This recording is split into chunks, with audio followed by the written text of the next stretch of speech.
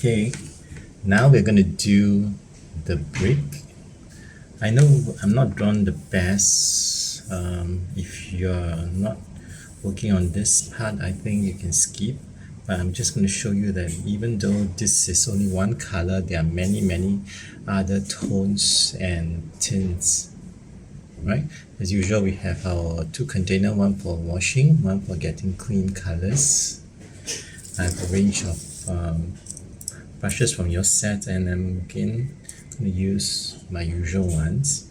And then of course, always check that your water and the brushes are clean by washing it first, and then we're gonna get swirl 1, 2, 3 to just block out the colors. So I'm just gonna do a quick one, and if your video looks like it's speeding up, it's okay, because I'm just going to block out the colors which you already know from what we did with the watermelon. Right? If you've seen that video, if not, please go back and look at that video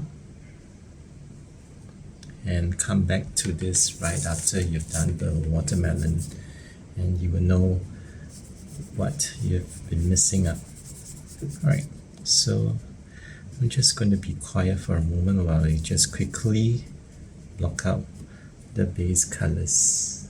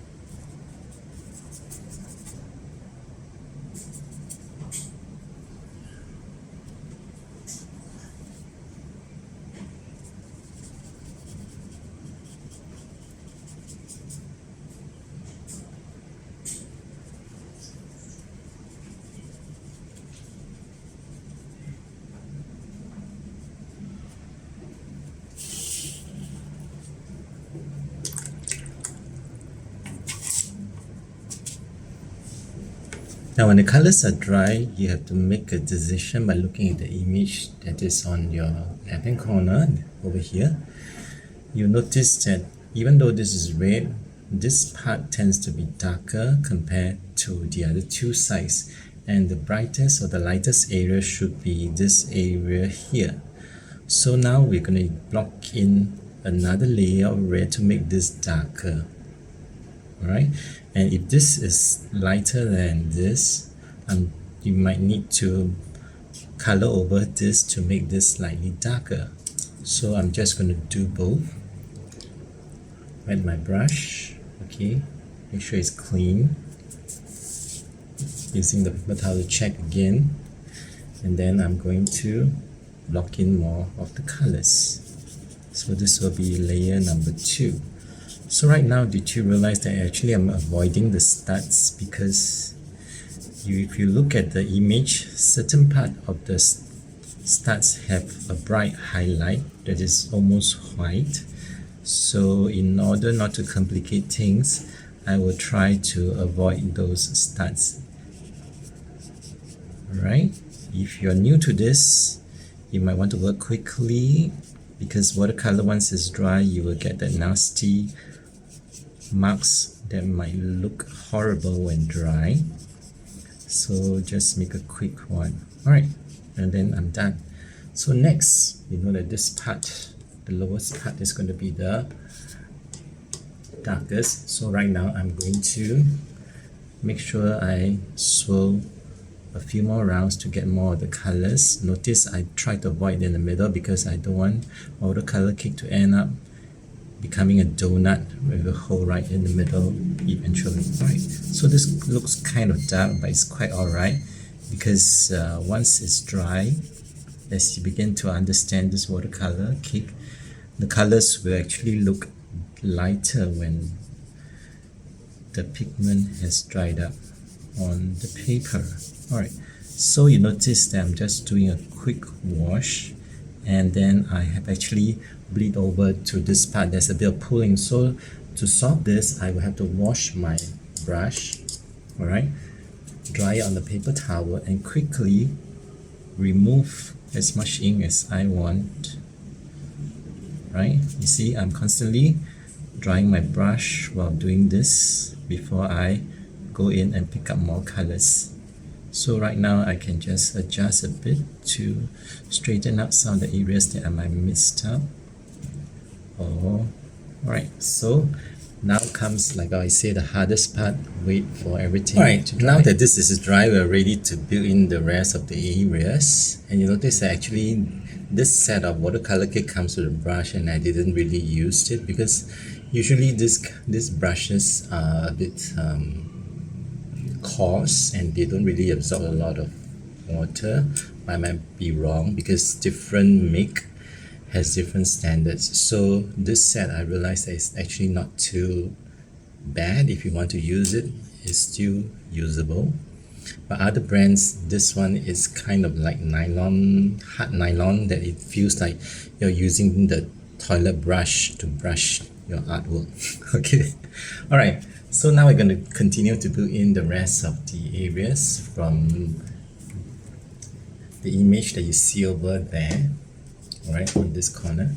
So you notice that there's this part here that's darker, so I'm just going to go 3 rounds, 1, 2, 3, and then it should be thick enough. And if you look carefully, they are all the same color, so I'm just going to quickly do that for you while you watch. If you like, you can actually pause the video anytime and go and work alongside with me, right? So I'm just going to go for that, and once again I will be speeding up the video so that you don't have to watch this slow and painful process.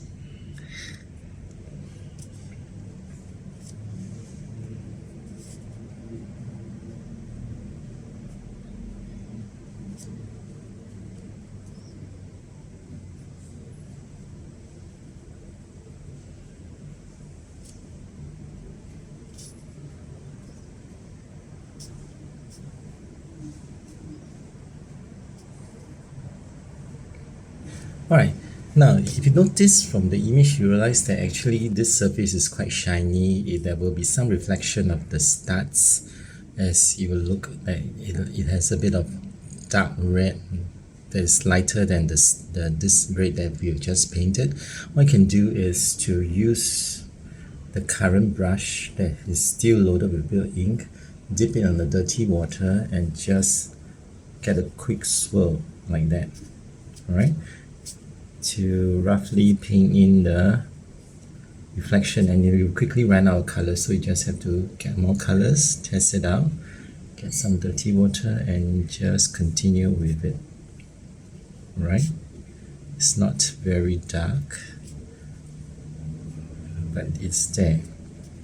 Alright, and then in this image there is a slight shadow, but I'm going to use black in just a short while to paint over certain parts that has a dark shadow. So before we can do that, we have to allow for all these colors to dry. That's the part about watercolor. You have to always everything do the hardest part. We're now going to build the next thing is the shadow and some of the more darker tones. I'm not going to use any more red, but I'm going to use black. So I'm just going to take a little swirl onto the cover, which is kind of like a palette that you can use. Add a bit of more dirty water, and before you paint it on, do check and test it out on another piece of paper, or if you're in a hurry like me, just quickly work on the tissue paper, and then if it is dark enough, you can just quickly work in the shadow. Now wash it out, get some water and swirl the rest out so that the shadow will not be too harsh. Alright, there's a bit here, and That's about it, right? But there's another add-on I want to show you is that I'm just going to dilute this a little bit more. I'm not going to end here because this part here, certain part is actually darker than the rest. Rather than painting it red, I'm just going to use the dirty color water, which is a bit of red, right? Pick up some red over here, mix it up. I'm using a smaller brush and just going to work on the edge. And then blur it out. Okay, wash it out and then just damp the paper and you can swirl out the rest, right? So this will actually creates a slightly darker tone, but it will be quite subtle when it's dry. So right now the hardest part, like I said, is to wait for everything to dry. But before once again, when everything is dry, we are ready to do the next part, which is like adding in dirty brushes later on. The dark areas with red, especially these, right? So the same brush, get clean water because I've washed it earlier on, make a swirl 3 times so it's quite dark, right? Now this is the trick. I'm just going to get some of this dirty black. Okay, notice that now the colors are being mixed with a bit of red and black. Okay, rinse out the brush, get more red, and you want to get one that's quite dark but not totally black. So it takes a little bit of experimentation and testing out to find the correct redness that you want. Okay, I think we are there. Alright, so now I'm just going to paint this part here that's supposed to be darker over here. Okay, you can sharpen the edges of the brushes against the corner here, right? And then quickly add in, right? And then the rest we just wait for it to dry. Now, one horrible mistake that I will always tell people is that when you paint, right, don't be too zealous to rework the area because watercolor needs it to dry to see what are the areas that needs more colors. If you're constantly going back to jab at the same area, you're actually not going to paint it, you're actually going to remove more colors. So patience is key. So you have people who are impatient, let them do watercolor. Okay, I think this is almost done. I'm going to skip the logo inside because I think it's quite challenging for us to do this today. Alright, the thing about watercolor, once it's dry, you will actually see that the colors actually are not as brilliant or bright as it was when it was still wet. So although just now I colored 2 different red, this is supposed to be darker, but it's so subtle that from far it's not really noticeable. So that's why watercolor, we work in layers. So I'm just going to use the dirty water, get a bit of black onto my red. Okay, make sure it's clean before I get the red. I need a little bit more red.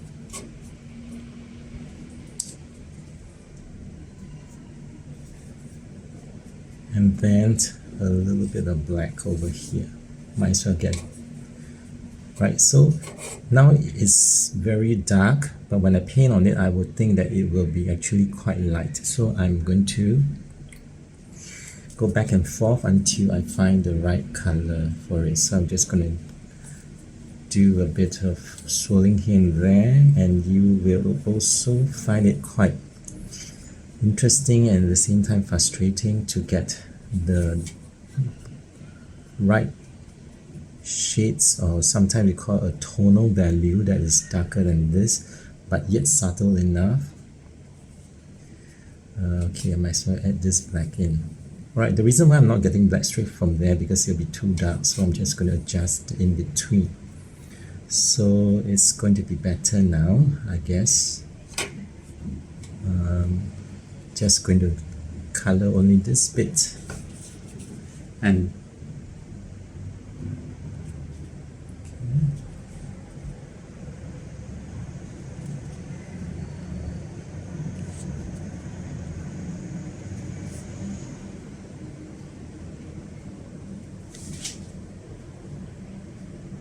What else we need to color? I think we are almost done except for just one last bit, which I think, if you look carefully at the image, is actually this part here. It's not totally a flat color. So I'm going to wash out my brush. Okay, I am going to get more red over here, but it's kind of dilute, right? And I'm going to take the in-between red a bit, and it's going to be like lighter than this, but it's quite dilute. And I'm just going to do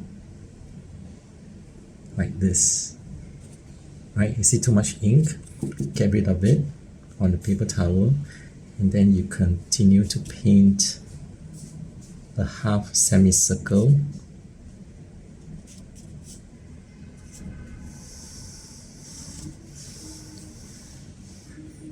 And it should work better when it's dry, right? So if you are fussy about this edge here, actually you can actually turn it upside down, use the darker tone that's slightly darker, and just paint the corner here, right, to make it more pronounced.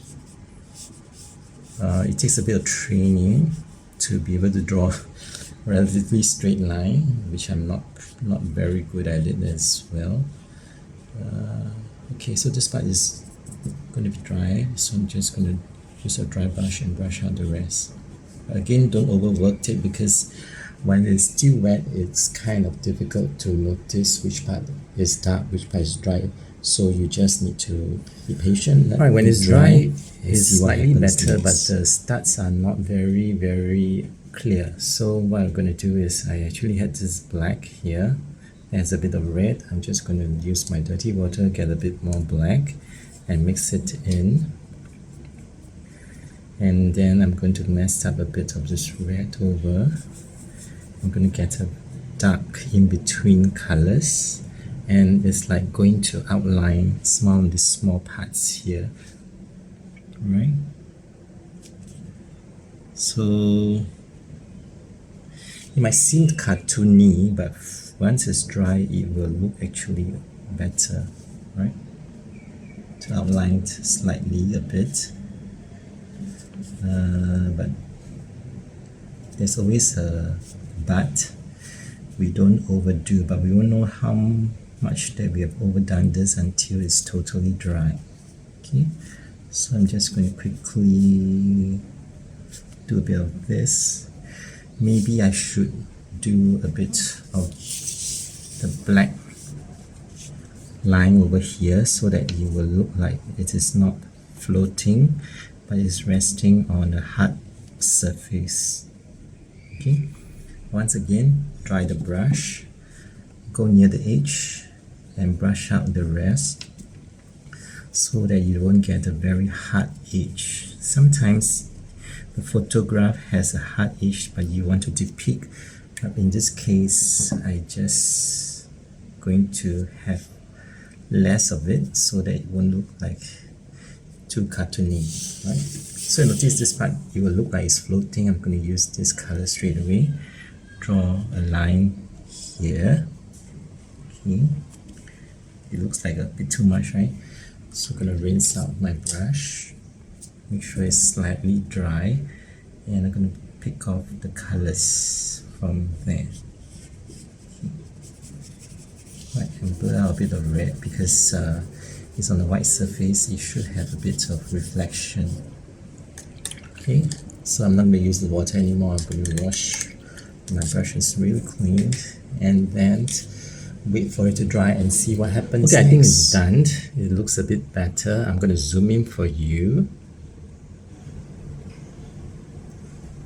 and you can see that it's more or less more pronounced, but when you zoom back up, it's slightly more three-dimensional than it was originally. So if you have done like what I've done, or what we've been doing together, I guess this will be quite good for us.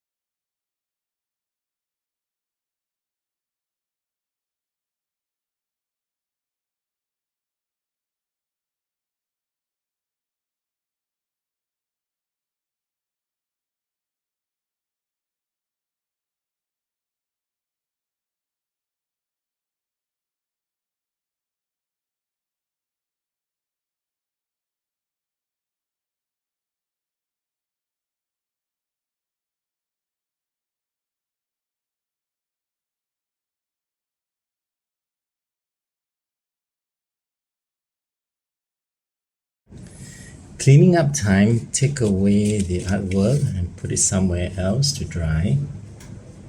I noticed that the palette is a bit stained, but I still have my paper towel.